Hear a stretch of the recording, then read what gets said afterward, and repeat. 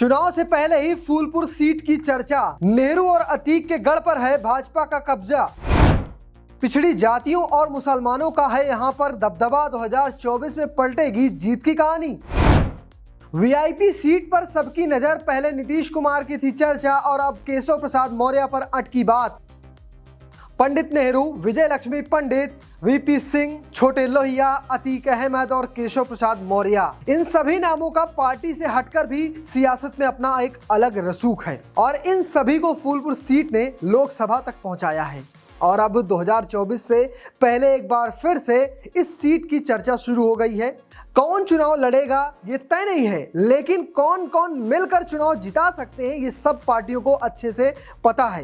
तभी तो न सत्ता पक्ष ने और न ही विपक्ष ने अपने अपने उम्मीदवारों का अभी तक ऐलान किया है। इस वीडियो में बात करेंगे कि कैसे मिलती है फूलपुर में जीत और किन किन जातियों का है यहाँ पर दबदबा।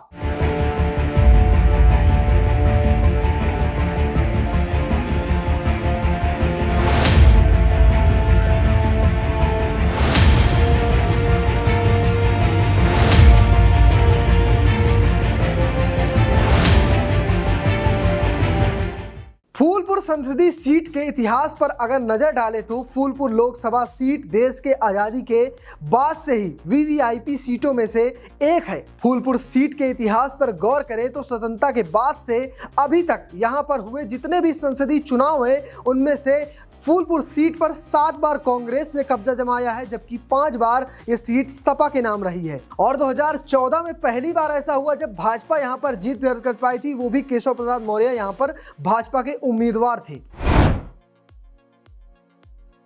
देश की आजादी के बाद लगातार 3 बार 1952, 1957 और 1962 में फूलपुर लोकसभा सीट से चुनाव जीतकर पंडित जवाहरलाल नेहरू देश का नेतृत्व किया था, यानी प्रधानमंत्री बने थे।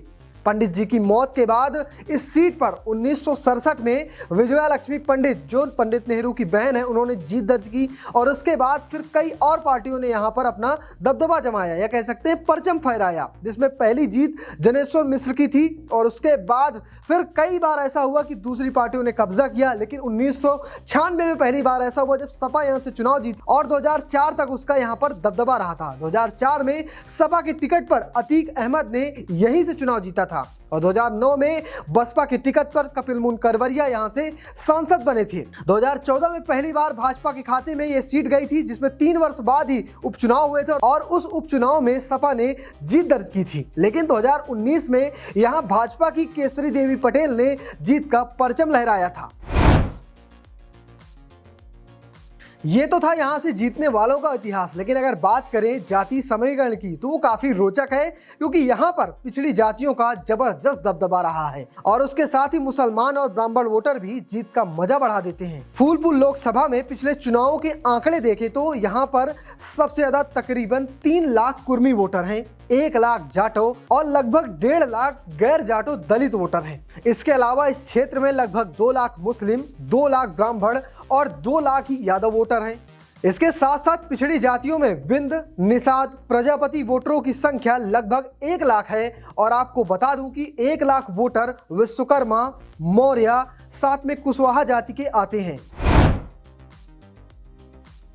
इस सीट पर 2014 में पहली बार भाजपा ने जीत का स्वाद चखा था और तब केशव प्रसाद मौर्य यहां से प्रत्याशी थे। लेकिन इस बार इंडिया गठबंधन किसी कुर्मी या यादव प्रत्याशी पर फिर से दांव लगा सकता है।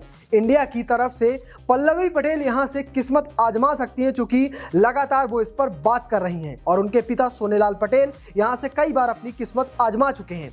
भाजपा की पहली लिस्ट में प्रत्याशी का ऐलान नहीं होता है, तो इससे कयास लगाए जा रहे हैं कि इस बार केसरी देवी पटेल जो मौजूदा सांसद है उनका टिकट कट सकता है और किसी पिछड़े जात के नेता को यहां पर दोबारा मौका दिया जा सकता है, जिसमें केशव प्रसाद मौर्य का नाम सबसे तेजी के साथ आगे बढ़ रहा है। तो अब आप बताइए कि इस वीवीआईपी सीट पर कौन मारेगा बाजी? तो क्या एक बार सपा लहराएगी परचम या फिर भाजपा दर्ज करेगी तीसरी जीत? कमेंट बॉक्स में जरूर बताइएगा और पेज को फॉलो करना, चैनल को सब्सक्राइब करना बिल्कुल मत भूलना। धन्यवाद।